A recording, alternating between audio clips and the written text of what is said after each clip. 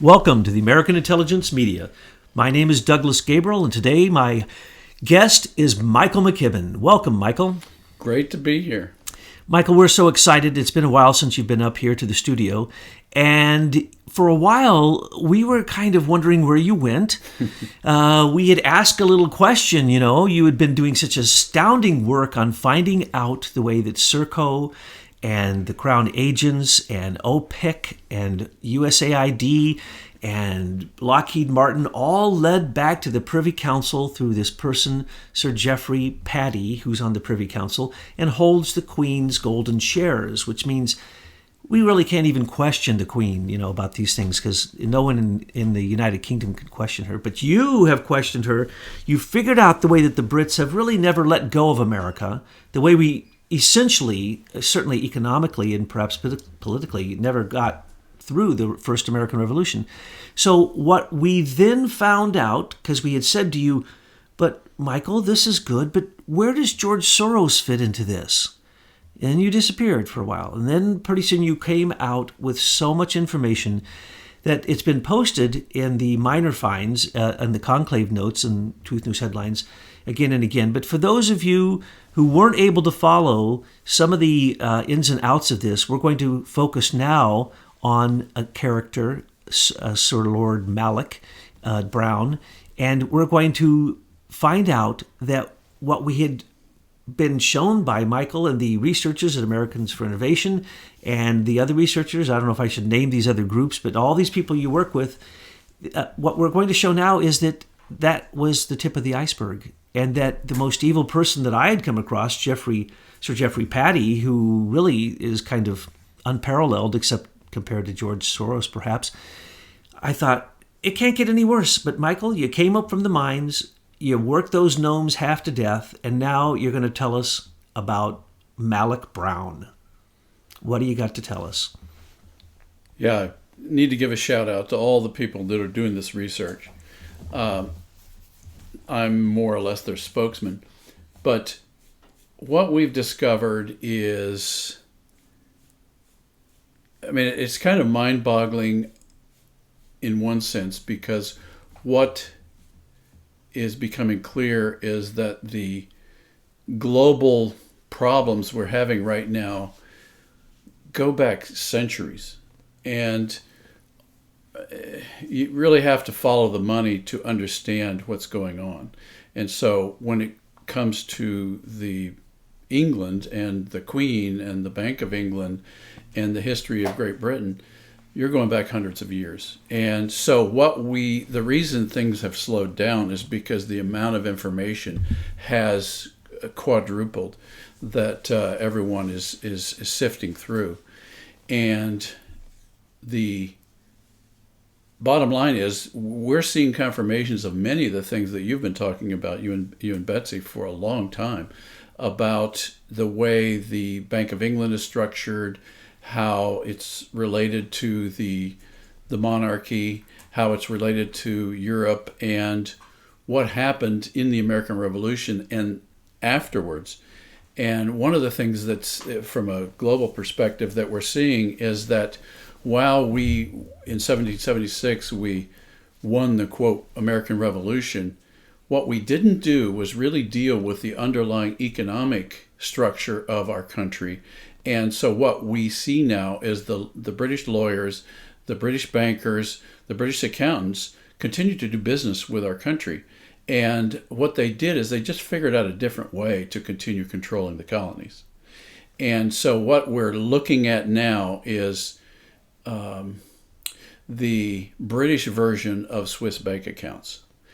And that's really where things are a little bit stalled in terms of the research, because the disclosure rules are very different in England as compared to our SEC rules in terms of being able to see who's invested in a company and how are they benefiting. And bottom line is, at the big picture level, what we've discovered is something called the nominee account that really hides the dirty secrets of the way British companies are structured. And this spans the planet in terms of who's involved in these nominee accounts? And the answer is you don't know. So these nominee accounts are directly related to the offshore bank accounts in the Cayman Islands and the Bahamas and Hong Kong and all over the planet. And so it's very clear that the people who are the self-appointed elites of our world are really hiding their deep, dark money in these nominee accounts in London. And then those nominee accounts work through stockbrokers who move this money around the planet through these offshore bank accounts. And so inside those nominee accounts, you don't know who's investing.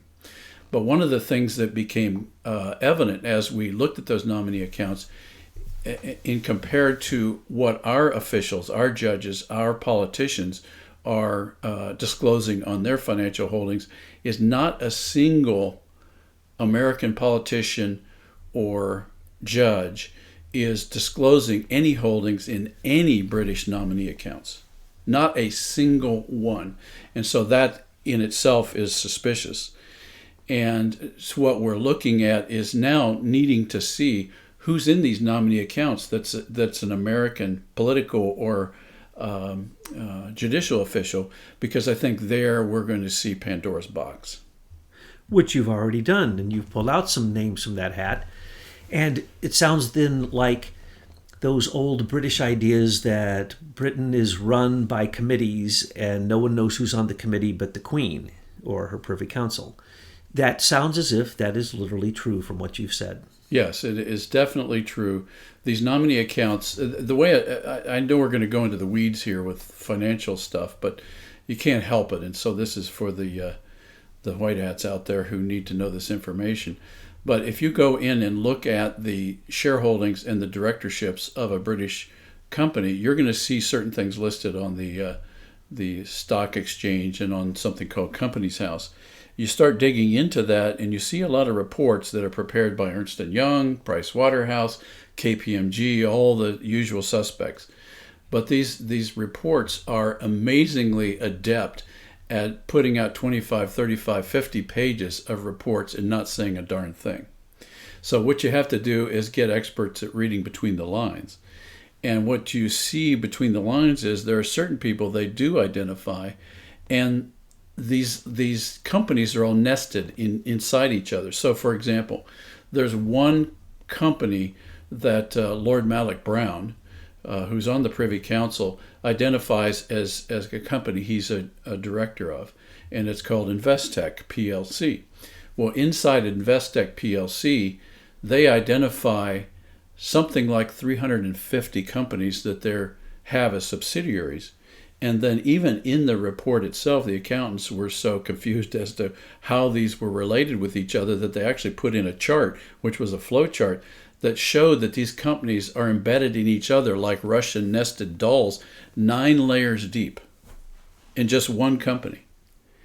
And then when you start looking at the companies that are listed as subsidiaries, they roam the planet in terms of where they're operating. Another telling issue there is that even though there's these 350 or so companies, they almost all have the same directors.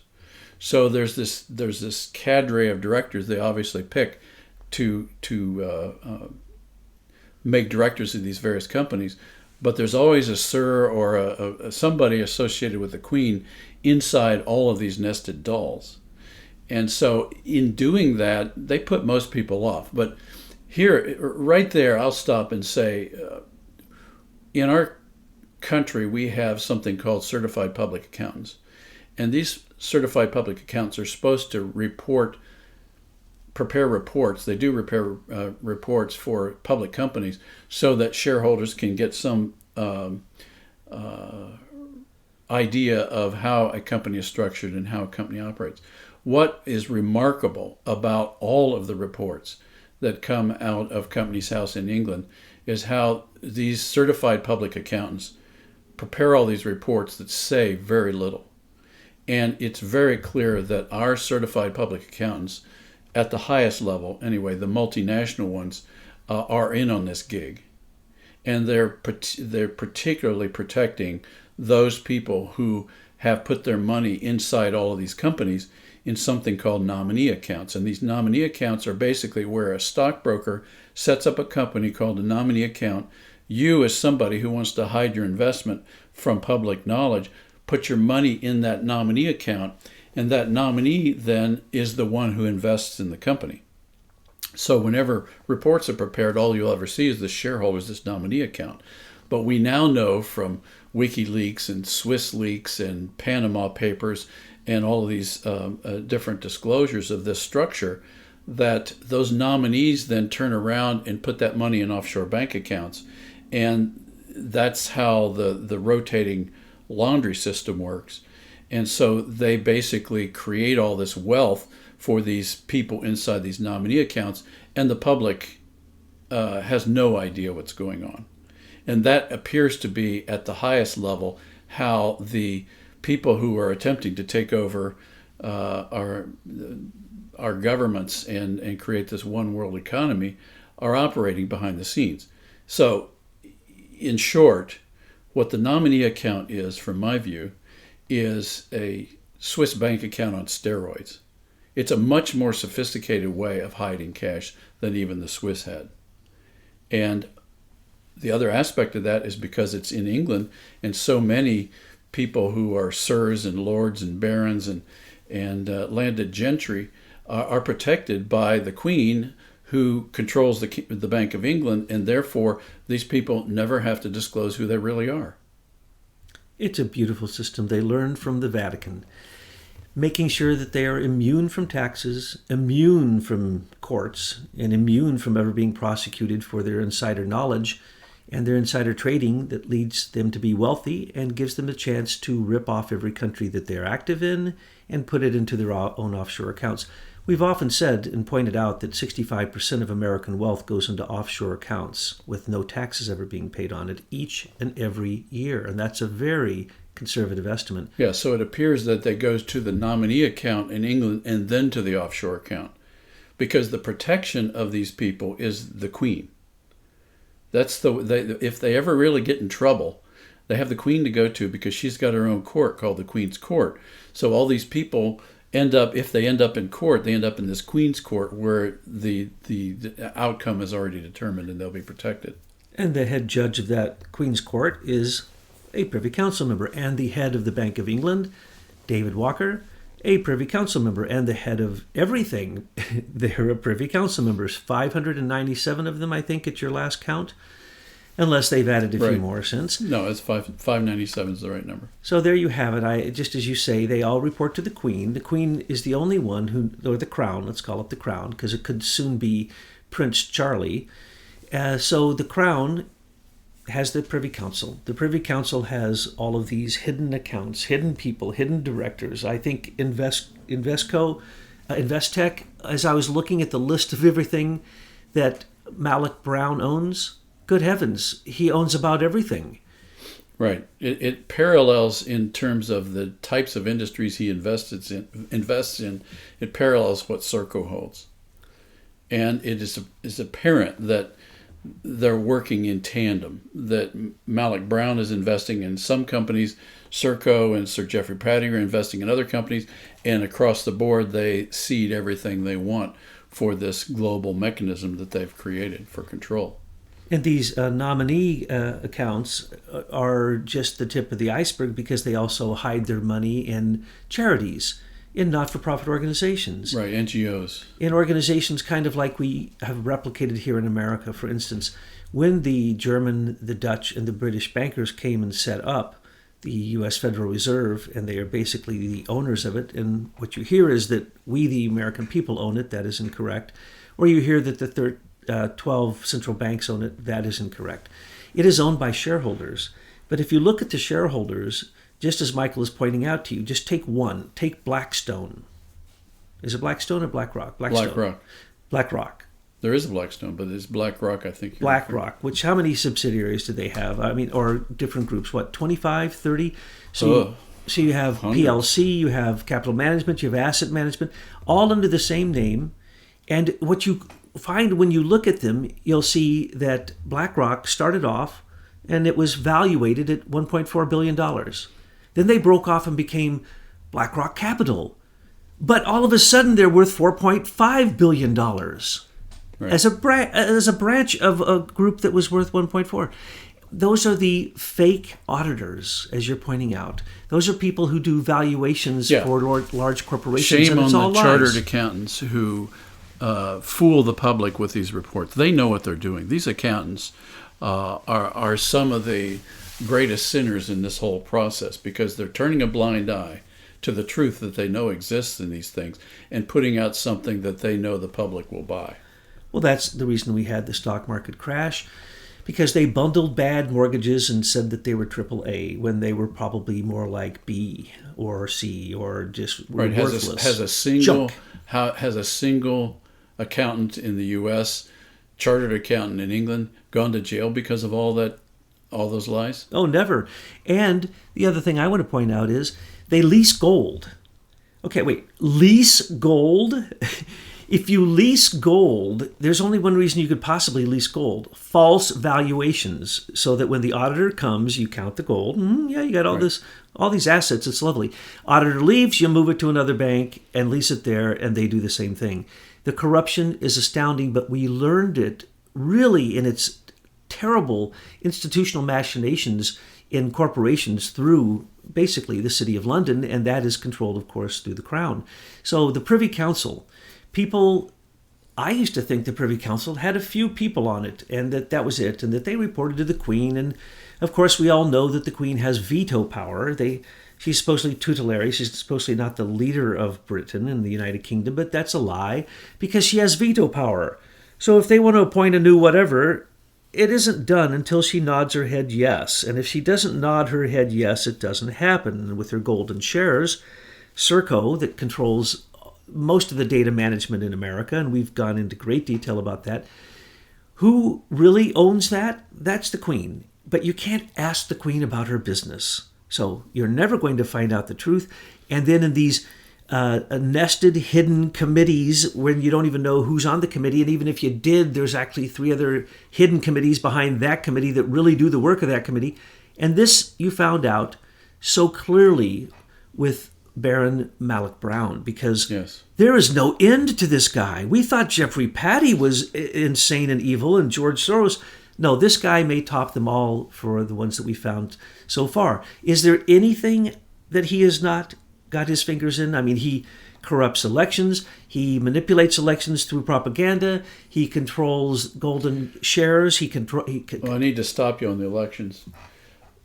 What was really concerning about Malloch-Brown is his current disclosure. He doesn't even hide the fact that he's a director in a company called SGO Corporation, which owns Smartmatic, which is a prominent election vote counting machine that we use in something like 17 states in our country.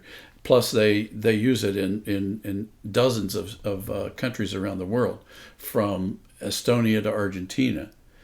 And as we began digging into this Smartmatic election machine, that was another huge stopping point for our researchers, because they had to dig into the election machines. And I'm going to summarize what we discovered. Sorry, that's my phone. What we discovered is that the Smartmatic machine has a core technology called SmartTech. I think that's the name. No, Optech. Optech. And that Optech engine is running in all the other machines that are used prominently in the U.S. So what we see is a common election machine engine running all of the election vote counting machines in our country, and it all tracks back to Sir Malloch-Brown, London, and the Privy Council. Okay, Douglas, I need to stop you on Lord Malloch-Brown and his holdings, because one of the things he advertises very prominently today is that he is the director of a company called SGO Corporation and Smartmatic. And we said, what's this Smartmatic? Well, we discovered that it's this technology that they claim started in Venezuela and was created for Venezuelan elections and Hugo Chavez, and then Malloch-Brown invested in it along with George Soros, and they moved the company to London. And to cut a long story short, that technology has a core vote engine in it called Optech, which is being used by all of the major providers of election machines in this country, which there are about 5 that pretty much cover the landscape. And all of that technology can be tracked back to Lord Malloch-Brown, the City of London, and the Privy Council. So what we're seeing in that one piece of evidence is the foreign influence over our elections. There's no question. It's public record. And the question is, why are our Secretary of States continuing to allow those machines to be used anywhere in the United States? They need to be scrapped immediately. And Optech controls Diebold and ES&S and the Dominion, Interhard Civic, all of them run on the same software. Now let's go back to the original source of that. Venezuela, Jimmy Carter starting an international foundation for election systems. Right. Oh, wait a second. To help Hugo Chavez. Get elected. They rigged the ability to manipulate election machines that are electronic. Yes, that's exactly what happened. Now, why Jimmy Carter? People forget. They think Jimmy Carter's a nice peanut farmer. No, Jimmy Carter was a rogue CIA agent. He was chosen by the CIA. He was funded by BCCI out of Pakistan, which is totally connected to the rogue CIA and to Pakistani intelligence. He got caught with this, and then it got completely covered up. Isn't that interesting? So why would Jimmy Carter start a rigged electrical system that could manipulate or create basically a software program that could manipulate an electrical voting machine? Mm-hmm. Why? Because it's the rogue CIA. So what is the rogue CIA got to do with Lord Malloch? They're hand in glove. Well, Lord Malloch was the Deputy Secretary General of the United Nations. And the head of the World Bank. Right. And so he basically used his platform at the UN to get involved with the Venezuela elections. And in the process, they developed some software, which was this Optech software that then, through extremely complicated and clearly obfuscated relationships, they moved into all of the election machines. So it appears that our secretaries of state are buying different kinds of technology from different providers.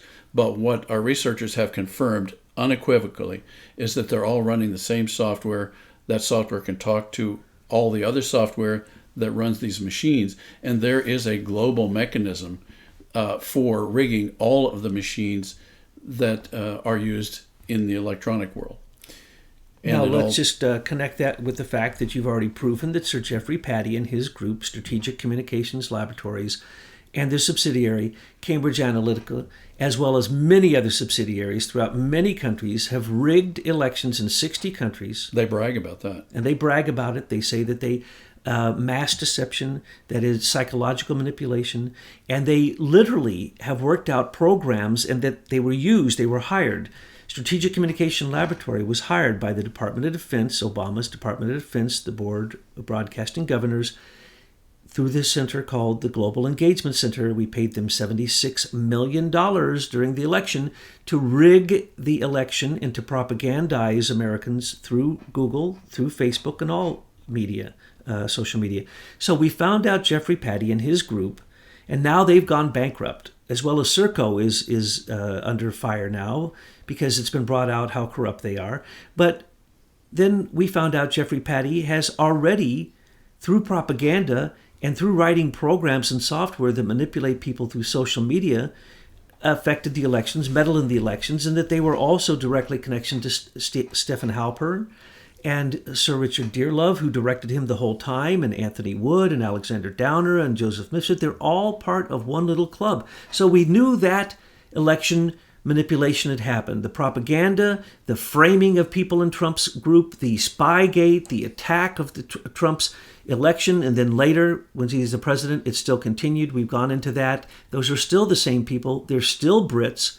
But then, because we asked the question, is George Soros going to take over the European Union's free speech? Yes, he already has. And then we said, well, what does then George Soros have to do with the Queen? And then you find out that because we wanted to also know how unfit Mitt Romney got through that primary, because we knew that he didn't have the votes, and we find out that his son is in charge of the very machines, the company that had the contract for the machines for the election in Utah, as well as 16 other states. So now we have Jeffrey Patty and the manipulation of people, and then you now have the election machines through Malloch-Brown. Hart InterCivic was the technology that Romney invested in. And we even have seen the way it goes right into Romney, and the way Romney just got elected is another proof of this. And so basically, the election rigging was profoundly comprehensive, and it is standard operating procedure for the Brits to manipulate elections across the world. And so we said, well, wait a second, George Soros has to be connected to that. He has to be. He's the one who in 14 countries has overthrown elected officials in color revolutions. And then your research finds that Lord, Sir, Baron, George Mark Malloch-Brown on the Privy Council is in fact a founding member of George Soros's Open Society Foundation. Yes. That's disgusting. And he actually, when he worked at the UN, he actually lived in an estate owned by George Soros. So he doesn't even hide the fact that he's a Sorosite. I mean, you see videos of him on the web, so he doesn't hide it. So he's not committing fraud. It's very clear. But there's another key element of this that came out as we were looking at Lord Malloch-Brown's many investments. And one of the 350 or so in the Investec PLC line was a company we stumbled on just because it was an interesting name for the company. It was called ISIS Management Limited. And we said, whoa, why would somebody name it ISIS? And so we started digging into ISIS Management Limited. And lo and behold, we discovered that ISIS Management Limited put money into a program that was built for the Avid suite. And if you're not in the TV business, you wouldn't know what that meant. But anybody in the business knows that Avid is the primary technology that's used in most newsrooms on the planet. For running teleprompters, for feeding news to for developing the news programs themselves. So it's running in all the news programs around the planet. So we started looking into that, and we discovered that Avid built a program called the Avid ISIS Management Suite with a module in it called Leader Plus. Well, you can imagine why I would be interested in a name like Leader Plus, because that's our brand. Leader's technology. They stole it from you blatantly. Well, we looked at Leader Plus, and we discover that it was built in 2010, which was when Hillary Clinton was hiring Facebook to build the template for winning elections. And that's exactly what they call it, with this Dmitry Shevelenko, who went off to India to build this product, this template for winning elections, and then he came back. Well, we discovered that in all of Investec's investments, they only have one in India, which is kind of interesting. And then we look at the product description for Leader Plus, and we discover that this suite is designed to be able to push scripts to the newsreaders in real time on the night of elections. And so they don't even have to write their own stories. Those stories can be written for them somewhere on the planet and then pushed to them, and they all can read the same thing. They can all get their news feed and their video and everything for that story from this ISIS management suite. Isn't that beautiful? So they've got it in real time, so they can do it overnight.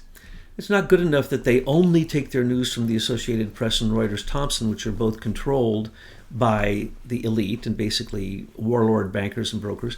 But now, what you've pointed out, and I didn't know anything about this, the AVID program, ISIS management, that just blows my mind. That, in other words, everything on mainstream media is completely scripted. There is no journalism going on. There is no investigative journalism, and there is no truth. Now, here's the other sad reality. When we realized, through your research, that George Soros was connected to this, and connected directly to not only Cambridge Analytica and Strategic Communications Laboratories, and therefore election rigging, which is what he's all about, is overturning elections and rigging elections and color revolutions. But then we noticed that he created 10 news agencies for fact-checking in Europe.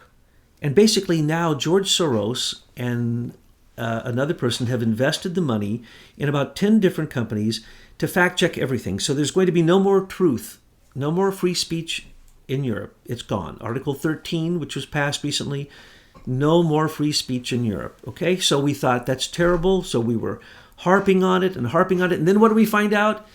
Last November, George Soros got together and provided the money to give to Facebook, the Atlantic Council, which is the NATO's propaganda group, the Atlantic Council, which is also where Alexander Chalupa from Ukraine helped the Democratic National Committee with the whole fake dossier.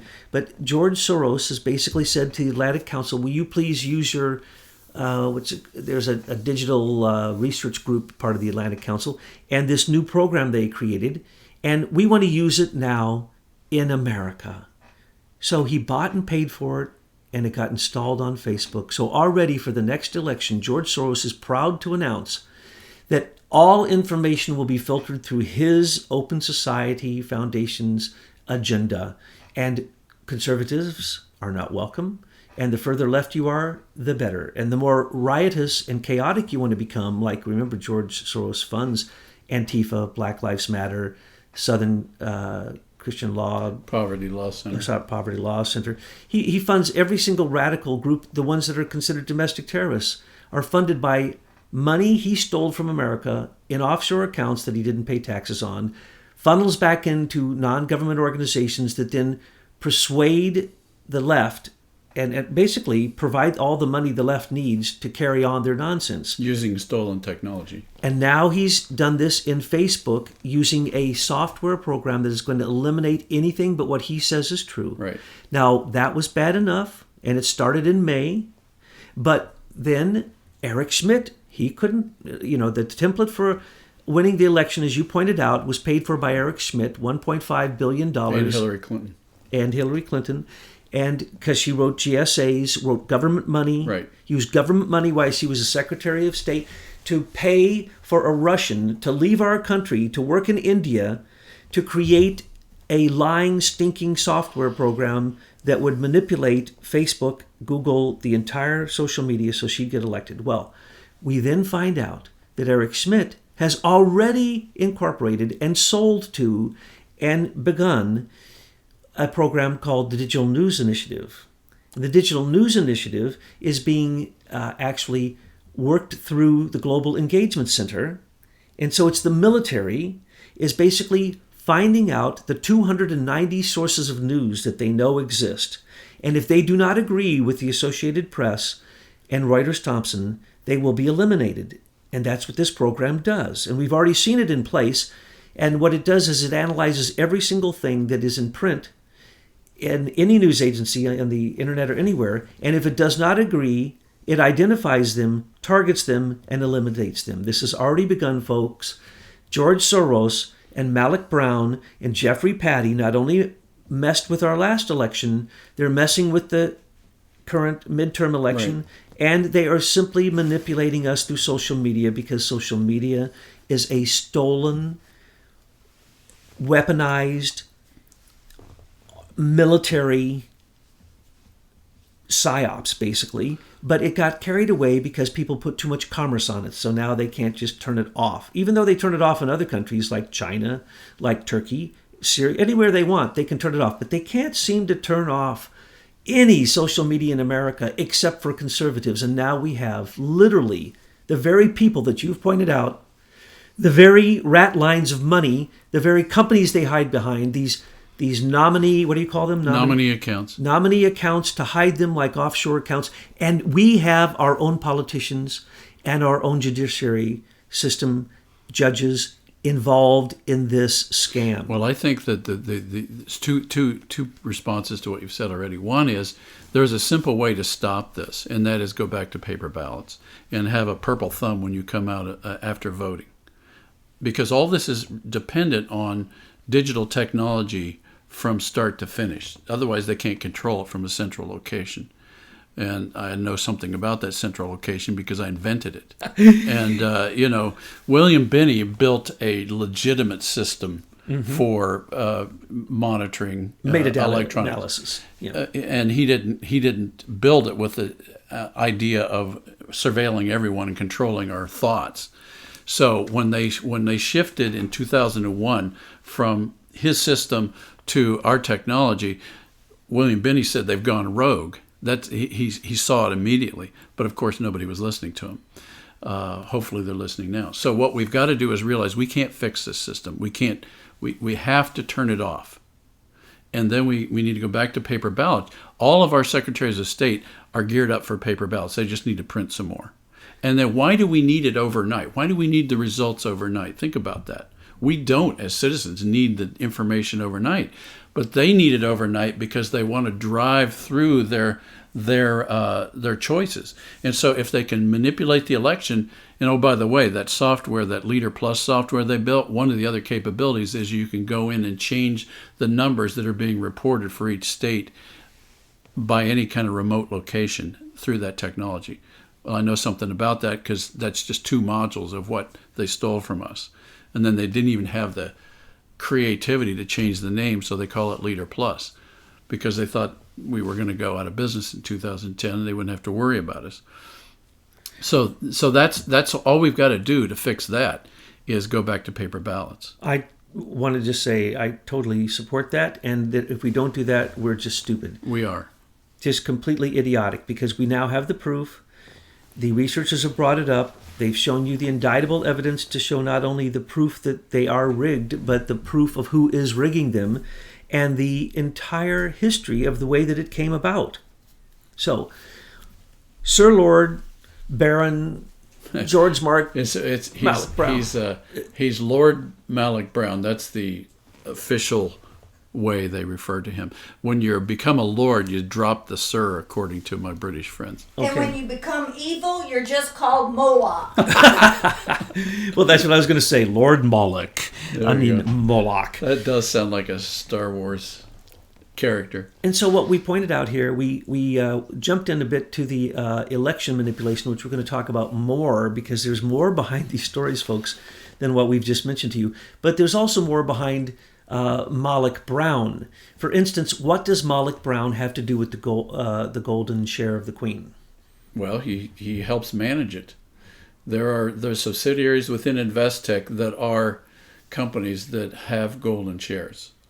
So it's real clear that these folks on the Privy Council are there to protect the continuing Crown's control over the British economy and much of the world economy.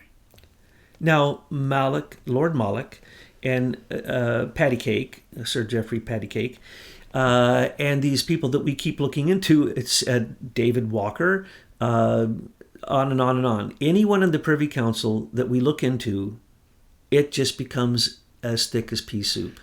It is absurd what you have uncovered. There is no way that Lord Malloch could even attend all the committee meetings that he has in 1 year. Not even humanly possible. Exactly. He has literally hundreds and hundreds and hundreds and hundreds and hundreds and hundreds and hundreds of companies that he's running, and I mean manipulating, not just running. I mean manipulating huge parts of the world through these many, many, many different companies and investments. That's correct. As an asset management company. And then he'll turn around and hide that so that you can't follow where the income is, who owns what, who's on the committee, when. But what we do notice, and we will be coming back to later, is there are certain Americans who have bought into this. Well, President Trump should ask the Queen to order that the American holders in the nominee accounts be disclosed. Ha ha ha. It will be just like when the Swiss bank account, numbered bank accounts, they said, okay, you're going to reveal every single American with in certain parameters with numbered accounts. They said, we're not going to reveal anything. Let's remember, how long have the Swiss been laundering money? As long as we can remember. That's where the Savoy family ended up in Geneva. That's where the Bank for International Settlements is. That's where the rogue CIA has their headquarters, okay? So are they going to pay anything? No, they're not going to pay anything, even when we said we're going to now bring charges against you. And then they still fought this. And then in the end, what did they say? All right, we're going to give you every single American that has a numbered account, after they opened numbered gold bullion accounts in Zurich.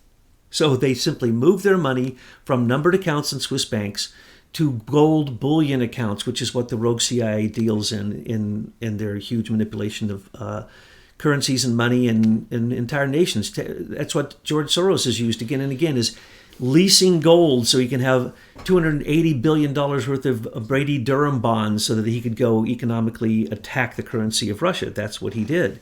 But the point is Soros, it may not be a Privy Council member, but these other Privy Council members are in Soros's pocket. He might as well be. He might as well be.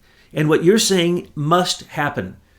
We must find out what Americans are involved in this foreign hiding underneath the guise that the Brits are our friends, or the Five Eyes, the other four companies in the Five Eyes are our friends. They're not. They are, in fact, our enemies, and they're our closest enemies. And they are not doing us any good whatsoever. So we need to say now what we said to Switzerland.